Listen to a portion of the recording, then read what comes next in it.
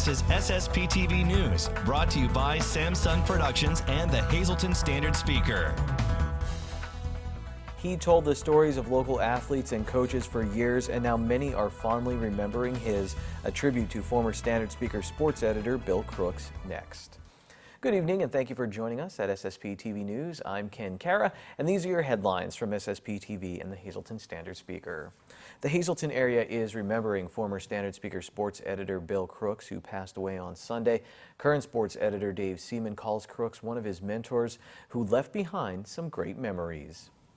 Every time Kobe Bryant would have a big game, and Bill's famous line was, but he couldn't beat the Cougars. And in reference to the fact in 1995 when Hazleton area played Bryant's lower Marion team in the playoffs or whatever, and Kobe had a fantastic game, but he was held scoreless. The Cougars held him scoreless in overtime. Cougars won that game, went on to the Eastern Final that season. And, Kobe had some great games, obviously, 81 points, big-time playoff MVPs, league MVPs, and every time a story would come over the wire about Kobe Bryant, but he couldn't beat the Cougars, and we always have a laugh about it, and something I always remember, just the laughs, that's for sure. Seaman has a full article on Crooks in today's Standard Speaker. The Lassand family and everyone at SSPTV send our condolences to the family and friends of Bill Crooks. In other news, this Thursday is party night at the Tamaqua Community Arts Center. Participants can choose from one of 4 projects. What we are offering is a party night where we've invited 4 artists to come, and each of them brings their own specific art, whether it's a wreath, a painting of a sugar skull, painting of slate, and also painting on wood. And you can come with a friend, you can come with a husband or a wife, you can come with a parent, you can come with a child, and you can create a different art sitting next to one another using 4 artists. The fun is this Thursday at 6:30 p.m. The cost is $40 per person. You can register online at tamaquaarts.org or call the Art Center at 570-668-1192. Time now for weather on SSPTV News. Sunny days in downtown Hazleton. Here's our forecast from the National Weather Service tonight. Mostly cloudy, low of 35 degrees.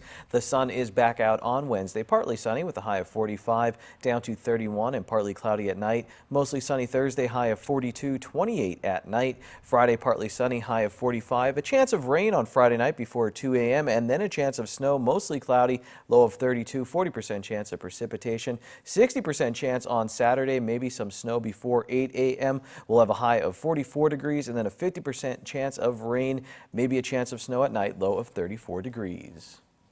A rough putting day has MMI's Jessica McClellan in 13th place at the PIAA Class 2A Girls Golf Championships. She did finish the day strong, so we'll see how the final day goes today at the championships. At the District 2-4 AAA Girls Tennis Doubles Sub-Regional Championship, the top-seeded team of Lily Nowak and Alyssa Mazurek of Hazleton area won their first 2 matches. They're in the semifinal round today. We'll have updates on both of these stories tomorrow on the news. Meanwhile, the MMI volleyball team beat GAR in girls volleyball to close out the regular season, and that's the SSPTV Standard Speaker scoreboard. Week 9 was intense for our local high school football teams. Let's weigh things out on our high school football Cole scale. In the lignite grade, we have the Shenandoah Valley Blue Devils, who lost to Minersville in Week 9. Joseph Carboys completed 8 passes for 69 yards for the Devils. You know what would spark this team and start an inferno? A win over rival Monoy area in Week 10. Speaking of the Golden Bears, they dropped down to the lignite grade after a loss to the Marion Colts. Monoy area had a chance to win the game in the 4th quarter on their final possession, but Marion forced the turnover on downs. Tyler Claywell had 131 rushing yards, and Danny Lawrence went for 119. Hazleton area is holding steady in the bituminous grade, and the Cougars are so close to catching fire. The Big HA grabbed their 2nd straight win as the Cougars continue to build momentum with the playoffs around the corner. Damon Horton rushed for 106 yards against Coughlin, and that puts him over 1,000 for the season. Sparky Wolk was 13 of 18 for 172 passing yards. Kellen Warner and Matt Fisher picked up fumbles for Hazleton, and Jacob Hunsinger caught a touchdown and an interception. Hazleton this year BTW has a +9 turnover turnover margin. The Marion Colts jump up to the anthracite grade ahead of their clash with Tamaqua. The men of Marion won their 4th straight game after an 0-5 start to the season. They finished Schuylkill League Division II play at 4-1 and in 2nd place. In the win over Monomoy area, Mason Miller returned an interception for a touchdown and Matt Doherty rushed for 175 yards. North Schuylkill beat Lehighton and we have madness in Division I of the Schuylkill League. We'll get to that. Jaden Leiby, the leading rusher in the area, added another 174 yards and a touchdown to his season. The Spartan defense had a safety and 3 interceptions.